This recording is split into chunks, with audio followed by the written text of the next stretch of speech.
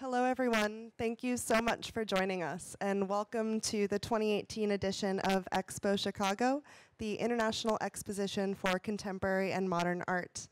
My name is Stephanie Cristello. I am the Director of Programming here at EXPO, as well as the Editor-in-Chief of The Scene, Chicago's International Journal for Contemporary and Modern Art. I wanted to welcome all of you to Dialogues. It's presented in partnership with the School of the Art Institute of Chicago. Dialogues is a year-round program of provocative artistic discourse, conversations, and panel discussions with leading artists, curators, and arts professionals on the current issues that engage them. Today, it's my pleasure to welcome you to the 2018 Symposium, which is a highlighted component of the full Dialogues program, which I had the pleasure of curating this year. The symposium is entitled Present Histories, Art and Design in Chicago. The symposium will trace provocative positions that Chicago's alternative models have shaped and continue to impact internationally across fields of art, design, and culture. Looking at the term present as both an act of portrayal and demonstration, as well as a tense of being current, the symposium will focus on how certain movements founded in Chicago have been generated, assimilated, and reimagined within our contemporary moment. I wanted to take a moment to say a special thank you to our presenting partner for this specific program, the Terra Foundation for American Art and their initiative Art Design Chicago. Without their support, this program would not be possible.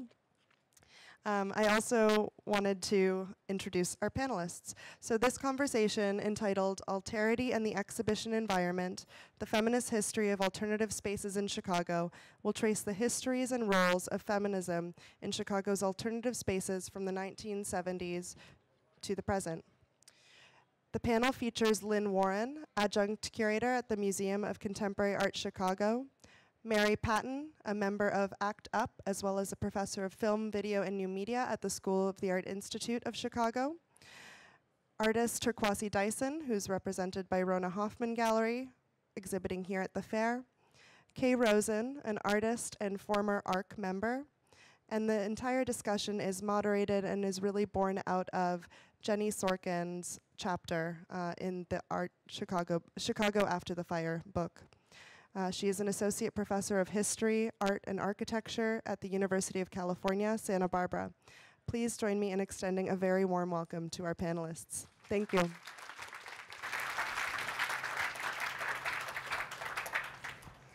Hi, everybody. Thank you so much for coming. I know it's late in the afternoon. I hope you'll stick around and join us for the book signing. There's a launch right after this of the Art in Chicago volume that's been 2.5 years in the making. It's a large-scale initiative funded by the Terra Foundation and published by the University of Chicago Press. It brings together authors and art historians across the spectrum, starting with the Chicago Fire era and continuing up through the present. It ends with a chapter on contemporary arts practice here in Chicago. It tries to be as inclusive and diverse as possible in terms of trying to tease out various histories that have been overlooked, forgotten, or just buried. And so there's been a lot of discussions. The Terra Foundation was kind enough to bring us together at the press a number of times to talk in person. The volume is edited by Maggie Taft and Robert Cozzolino. I think they're both here somewhere. You want to wave? Great. And my chapter, which this panel is born out of, is called Alterity Rocks, 1973 to 1993, and it's about largely feminist alternative spaces in the city of Chicago and the way in which those developed over time and influenced models for other art galleries and other cooperatives that sprung up after the initial Artemisia and ARC spaces in '72.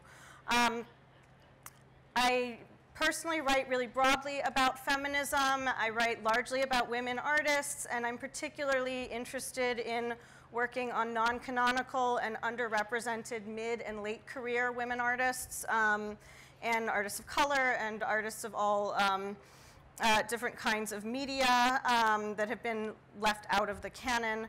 So I've convened this panel as a means of bringing together several generations of feminists who've been indelibly shaped by the alternative art spaces of Chicago and our local environs here. So I wanted to just do my version of introductions for everybody, and then this is a pretty short panel, but I wanted to leave time to actually have some kind of exchange with the audience, so it'd be great to hear from you at the end. We're gonna leave about 10 to 15 minutes to have comments and questions, because we'd really love to hear from all of you and have a kind of dialogue. I feel in these situations that often the people who are in the audience could just have easily has been up on the stage, and that I don't like the hierarchies of these kinds of spaces. So it's nice to sort of break that down and try to have a real conversation. So with that, I'm going to introduce my four panelists. Lynne Warren is Senior Curator Emeritus at the Museum of Contemporary Art, Chicago, where over nearly 4 decades she built a dynamic program of showcasing Chicago artists, offering them visibility at a museum that, without Warren, would have likely ignored its homegrown scene. In 1984, she curated the first exhibition documenting Chicago's alternative space history, called Alternative Spaces, A History in Chicago. Kay Rosen was once called the Jewish mom version of Immanuel Kant, an homage to her intellectually rich text-based paintings which feature the mutability of language. Over the last 40 years, she has shown widely, most recently had a solo show at Alexander Gray Associates in New York, and began her career as an artist here in Chicago as a member of ARC Gallery, a feminist cooperative. She taught for many years in the painting department at the School of the Art Institute of Chicago. Mary Patten is a video and installation artist and longtime activist, advocating on behalf of social justice initiatives, including prison reform and LGBTQ rights. She has exhibited widely and written numerous influential tracts that rethink accepted ideas around audience and community. I personally assigned some of these to my general education students in a big survey, and it's been very well received, and is a pioneer of experimental forms of participatory art making. She is a professor of film, video, new media, and animation at SAIC. And Torkwase Dyson is an interdisciplinary artist born in Chicago, raised in the South, and now based in Brooklyn. Her minimal geometric paintings grapple with ideas of space, the residue of the grid, and the way space is perceived and negotiated by non-white bodies. She has a solo exhibition currently on view at Rhona Hoffman Gallery. She has exhibited widely internationally, and in the spring she will deliver the Alex Katz Chair in Painting lecture at Cooper Union in New York. So thank you all of you for agreeing to do this panel, and without further ado, I'm going to pass this to Lynne, who's going to start us off. Oh, okay. There we are. Yay. All right, I am going back to the 19th century. Very quickly, just rush you through some history, because there was a lot of history before the 70s, and I think the early efforts of women in Chicago are a little overlooked and definitely formed some of the groundwork. And also, this painting and a couple others that I'm going to show are on view at the Art Institute right now, in case you want to rush down and see them. This is in the John Singer Sargent show. And this is a portrait of Mrs. Potter Palmer, who definitely formed a lot of the collections, early collections at the Art Institute. And she was advised by artist Mary Cassatt. And this is an early picture of students at the School of the Art Institute. And it's really important to remember that in the early years, and this would be in the 1920s, the enrollment at the School of the Art Institute had a lot of women involved. In fact, I think there's only one man or two men in this photo, and they're all signed. I didn't really recognize any of these names as going forth, but it's just important to remember that women were actually very welcomed at the School of the Art Institute, as were African Americans and other minorities, one of the few art schools that actually allowed persons of color during that era. And another couple really important women, Increase Robinson, which wasn't her real name. She took that name because she didn't want to be typecast as a female artist, which is interesting. And she started an important gallery in a building on Michigan Avenue, which is now demolished, where she showed many contemporary, at that time, modern artists. She was a member of the Chicago Art Club and Society of Arts, and worked as a painter, teacher, lecturer, gallery owner, and had various roles in the WPA Art Project. And to this day, I think her Increase Robinson Gallery is kind of known, especially to art historians. But coming a little bit closer to the present, it's two really important women at the School of the Art Institute that I just don't think have gotten their due as far as their influence on the contemporary scene here, including the Harry Who, which a show just opened at the Art Institute of their 1966 through 1969 artworks. And there's a direct lineage from those artists, many of whom are women, from Helen Gardner, who was an art historian who wrote the text that was used widely and is still in print today, that was the first to say, well, art just is not the Western tradition, it's a global tradition. And she taught Kathleen Blackshear, who you hear mentioned a lot as an important art history teacher at the School of the Art Institute, who taught alongside her, and was the person that directly taught Ray Yoshida and Carl Wirsum and others, and took them to the Field Museum and the Oriental Institute and introduced them to the fact that art was not just a Western trope. Kathleen Blackshear was also very, very important in supporting the student careers of such important African-American artists as Margaret Burroughs. Another really important Chicago female personage. This is, Catherine Koo, is a painting by Will Barnett. Catherine Koo had an important gallery. She was another figure in the early years, now we're moving up into the 40s and 50s, who promoted non-Western art as an important cultural heritage for art students to investigate and understand. And then this is a portrait of Mary Block, who with her husband funded the Block Gallery at Northwestern University. I think this painting is down now. This was in the Ivan Albright show that was just up at the Art Institute.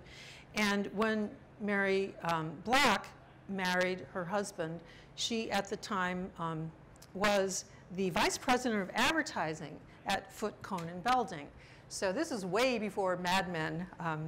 And Mary was a really important force in the advertising community in Chicago as well in 1942.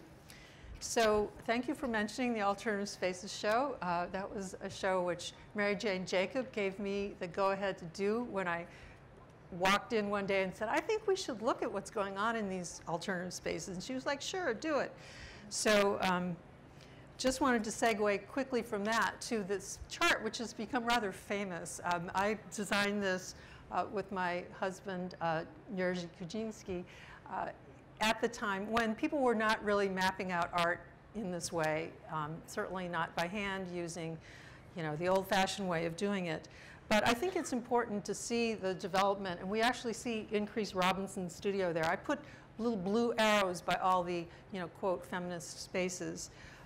So Increase Robinson, there's a sort of direct line there to some other endeavors that were going on in the 40s, 50s.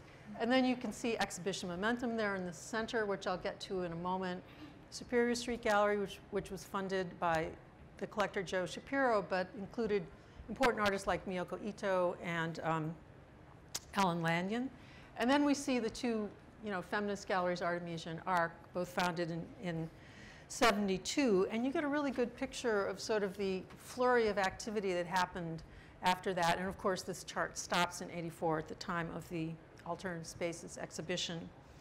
And I just mentioned Ellen Lanyon, and I just wanted to give her a little bit of due because I think she was an important figure in the feminist experience in Chicago, in that she was a member, she was very in touch with New York, and she was a member of the West East BAG, which was a loose organization of women discussing feminist issues. They weren't all artists necessarily, although Ellen was an important artist at that time, part of the sort of monster roster circle, although she did very lyrical work and was not in that monster roster show at the Smart.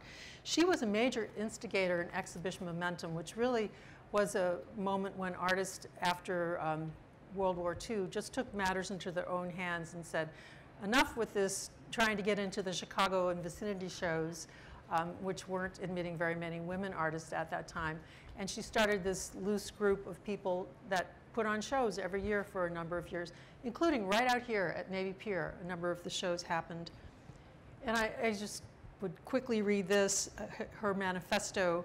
The average individual avoids suffocation or murder, and to an artist whose creative efforts constitute his life, the attitude taken by general public toward the expression of individualized art is, in its own way, death to the artist. To prevent this slow death, it is the problem of contemporary artists and those who are in sympathy with him that greater opportunities be made available for the education of the populace. Exhibition momentum may, I hope, prove to be the open door to a greater number of exhibitions where the artist can exhibit his work and public can observe. It's kind of strange to read this today. She's using the male pronoun. This is Ellen. Here's her picture that I think really sums it up. Women cooperating, but having a great deal of fun, holding up that ball. And just a couple more slides to show. This is a report on the number of male, female artists. You can sort of see for yourself of very low numbers of women artists. We're up to the 60s now. And then this, I've got a big red arrow that shows the fine and performing arts, the number of women from 66, kind of just really being not increasing much up until 2015. It's kind of sobering to see that, whereas other fields, there are really many more women involved. This was a poster advertising SAIC grad programs in '69. Only 3 women involved. And finally, just to mention the feminist spaces, here's ARC, and there's RK right there. In the bottom left. Thank you. That's hilarious. It's so funny. Can I, is there Yeah, a way I can do you want, switch? if you want to switch, it's fine. See if, Yeah. if you don't mind. Just a few words. I came to the art world via academia, where I studied languages and linguistics. And early on, I realized that the things that interested me most about language had to be expressed visually via color, scale, materials, composition, graphic design, and even grammatical strategies. I like to explore small chunks of language, just 1 or 2, 3 words, and hopefully discover small linguistic events which move language past its normal meaning or reveal new meanings. So I'm just going to go through quickly about 6 slides and just a few lines on each one. And the ones I selected have to do with women or feminism because of the subject of the panel, of course, and also because of the political events that we're currently experiencing. So, oops, I'm out of order. It's okay. This is called Monuments, and it's from 2014. It's acrylic wash on paper. It also exists as a wall painting, which is the wall painting's now in the collection of the Rose Art Museum in Brandeis. And it is the word odalisque, of course, depicts a reclining female figure, and obelisk represents an erect male figure. They efficiently harmonize their horizontal and vertical occupation of the page or wall by intersecting and merging via the tricky and acrobatic S. Oops, I went too far, sorry. This is called 6 from 1989. It's small painting on canvas. And when you read it, you read Torkov, Twombly, and you probably want to say Twomen. But actually that space that is two men makes it read more easily if you see embedded in these three male words, three female words, which are work, womb, and woman.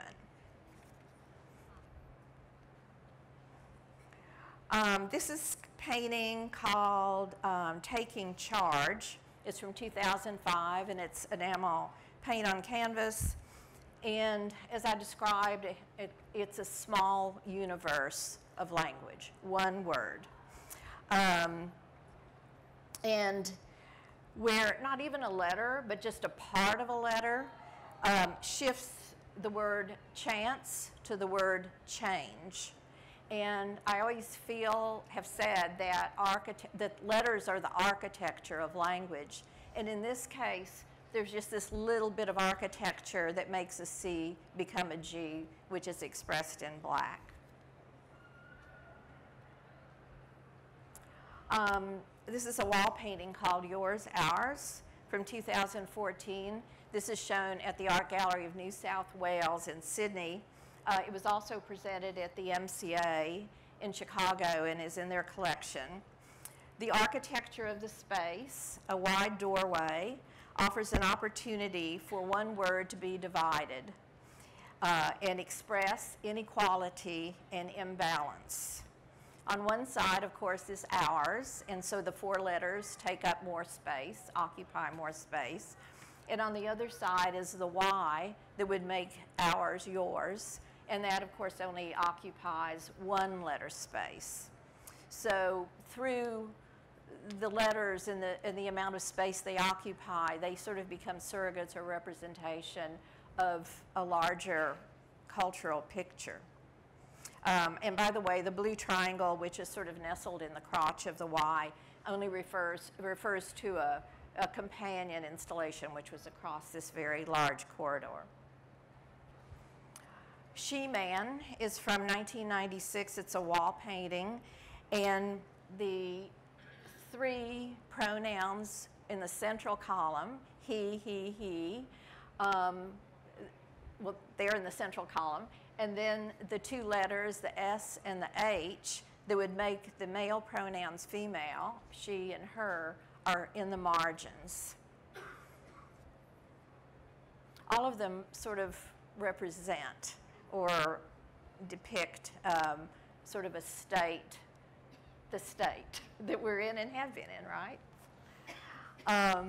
This is called A Sheep in Wolf's Clothing from 1987, graphite on paper. And it uses a very small typographical strategy, italics, to indicate how one word is embedded in another, the distinction between them, kind of like the space did with the painting 6. So virgin wool, or the sheep, is embedded in the name Virginia Woolf, and thus the title is Sheep in Wolf's Clothing. And that's it. So thank you.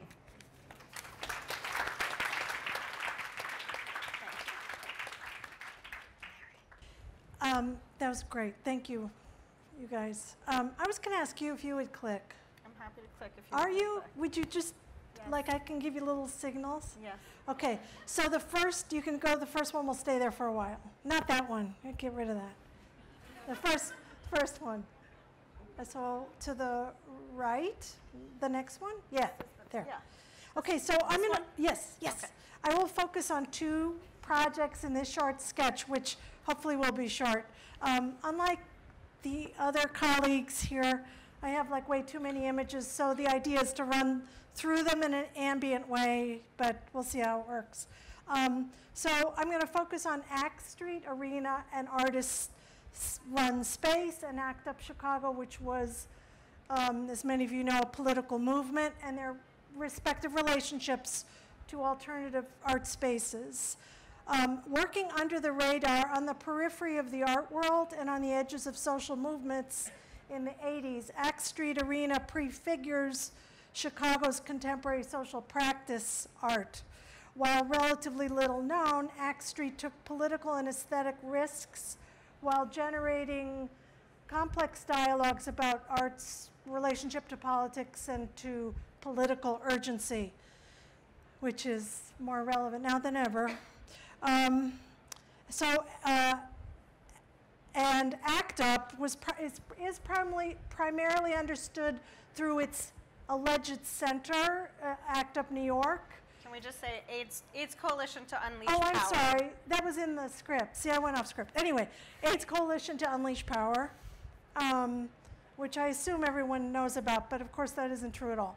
Anyway, so those who do understand ACT UP through the prism of art history or contemporary artistic discourse think about ACT UP New York and its cultural collectives like Grand Fury.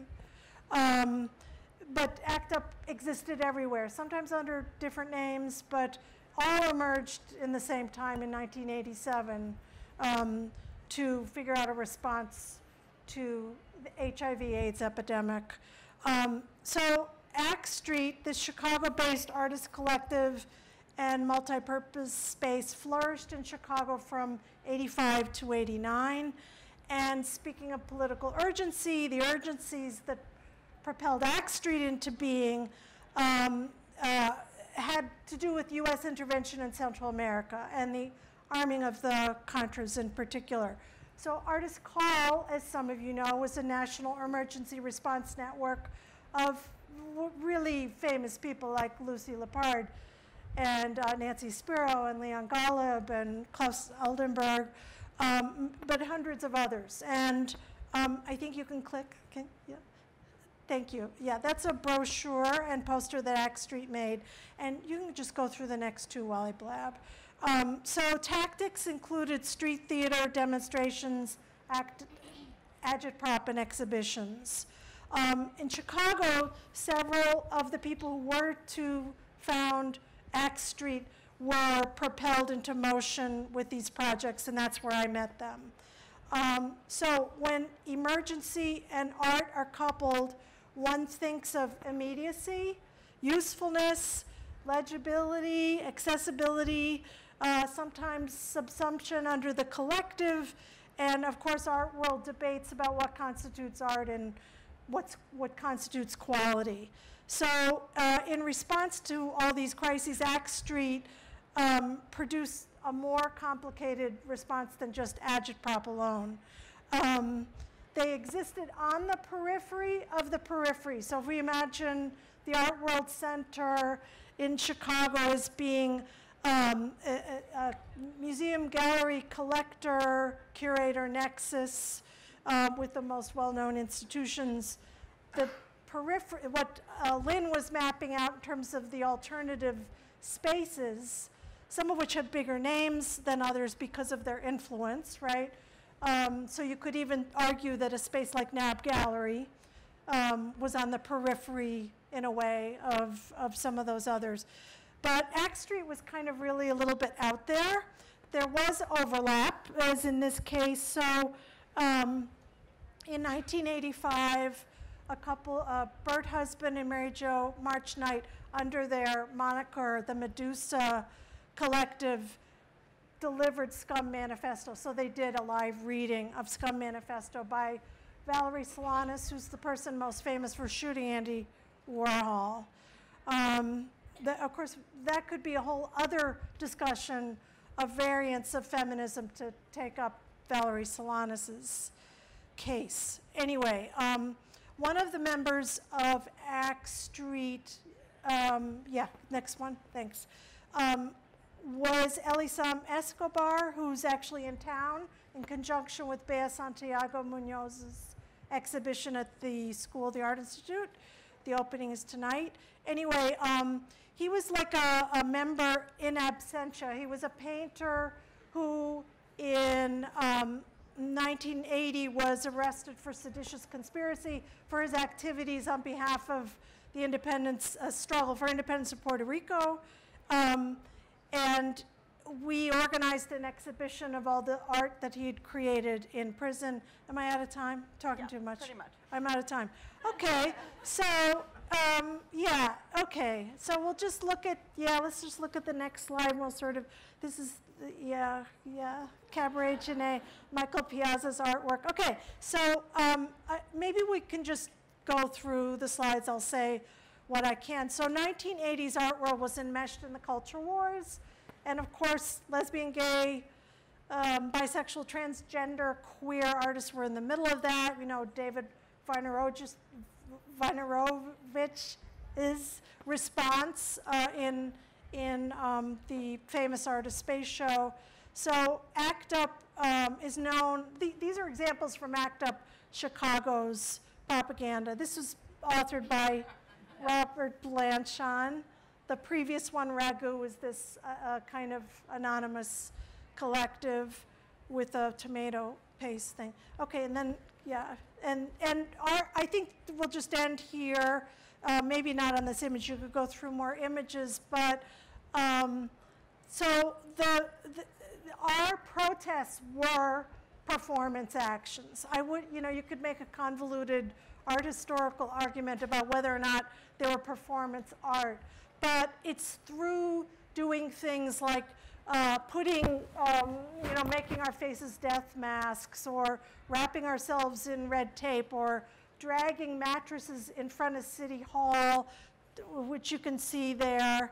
That picture is in Jenni's book, and that is not me, although she identifies it as me in the book. It's okay. Anyway, this was a protest when Cook County Hospital did not have an AIDS ward, could not accommodate any women. And so we dragged all these mattresses into the street, and it's a long story, but we basically shamed the county and the city so much that an AIDS ward was open to women 2 days later. And I think I'll stop because I've talked too much and I'm terrible at time. Thank you. It's okay. Thank you. Torkwase is next. Hello? Oh, yes. There we are. Okay. So I'm going to talk backwards. And my concerns about space and women-centered space exist sort of in this meta conversation where I'm really questioning what does it mean to move across geographies? What does it mean for women bodies to move across geographies in relationship to environmental catastrophes, in relationship to war, in relationship to bad policy? And I'll just sort of explain how I got there in this very sort of intimate way. I was born on the south side of Chicago, and all of the spaces that I occupied and sort of expressed myself in and brought artistic ideas forth were already woman-centered spaces. Ujima, Blyden, the art spaces where they were created by women, maintained by women, acted by women, the chefs were women. And so I had a sort of centered life at an early age of questioning not only sort of my political presence in Chicago, but how do I bring that forth intimately, and now how do I bring it forth on sort of this meta idea. So all that to say, I was having trouble figuring those things out, ideas of nomadicity and ideas of movement, ideas of geography and ideas of architecture, and I sort of hit a crash. And I was outside of Chicago at the time, and Theaster Gates invited me to think about those things in the form of making my own space. So I was able to come back to Chicago in a very safe space and make another space to think about these ideas. So I made Studio South Zero as a sort of a think tank. So this is Studio South Zero that I sort of made in Chicago by collecting all kinds of materials across Chicago, from sails, from sailboats, to materials from old buildings. And it was my first attempt to teaching myself what it meant to build a space that you could be inside of, and also allowed to sort of plan and think strategically about how to move forward in terms of mobilities, mobilities in terms of brown bodies in particular. So this is Studio South Zero in the south side of Chicago. It was my first sort of architectural kind of feat. And it taught me in a very kind of quiet, private way how to think about geography, how to think about how to tell other people or communicate other people what I want space to be like. So long story short, what I was able to do, and in sort of embodied way, begin to think about light, but think about shape language, but think about most of all how to create think tanks that could tackle, challenge, really kind of invite people to think about the politics of female bodies moving in environmental tensions today. And that's what I did. So it came out of Studio South Zero. It was informed by this huge history of being in Chicago and existing in and among women who were already thinking about liberation aesthetics. So that's where I am now, and I think that that's why I'm here, to think about that and to share that with you. And to say that I'm in the question of that now, that sort of meta question of movement, female body, what does it mean to think about North African nomadic women in their spaces of architecture? How do I connect that to my own memories of my mother moving across false borders of Chicago and showing us different kind of spaces in this space? And that kind of liberation developed in my artwork and in my paintings, which you can see someplace else. But I'm very happy to think about liberation aesthetics as it pertains to geography and spaces now. Thank you so much, Torkwase.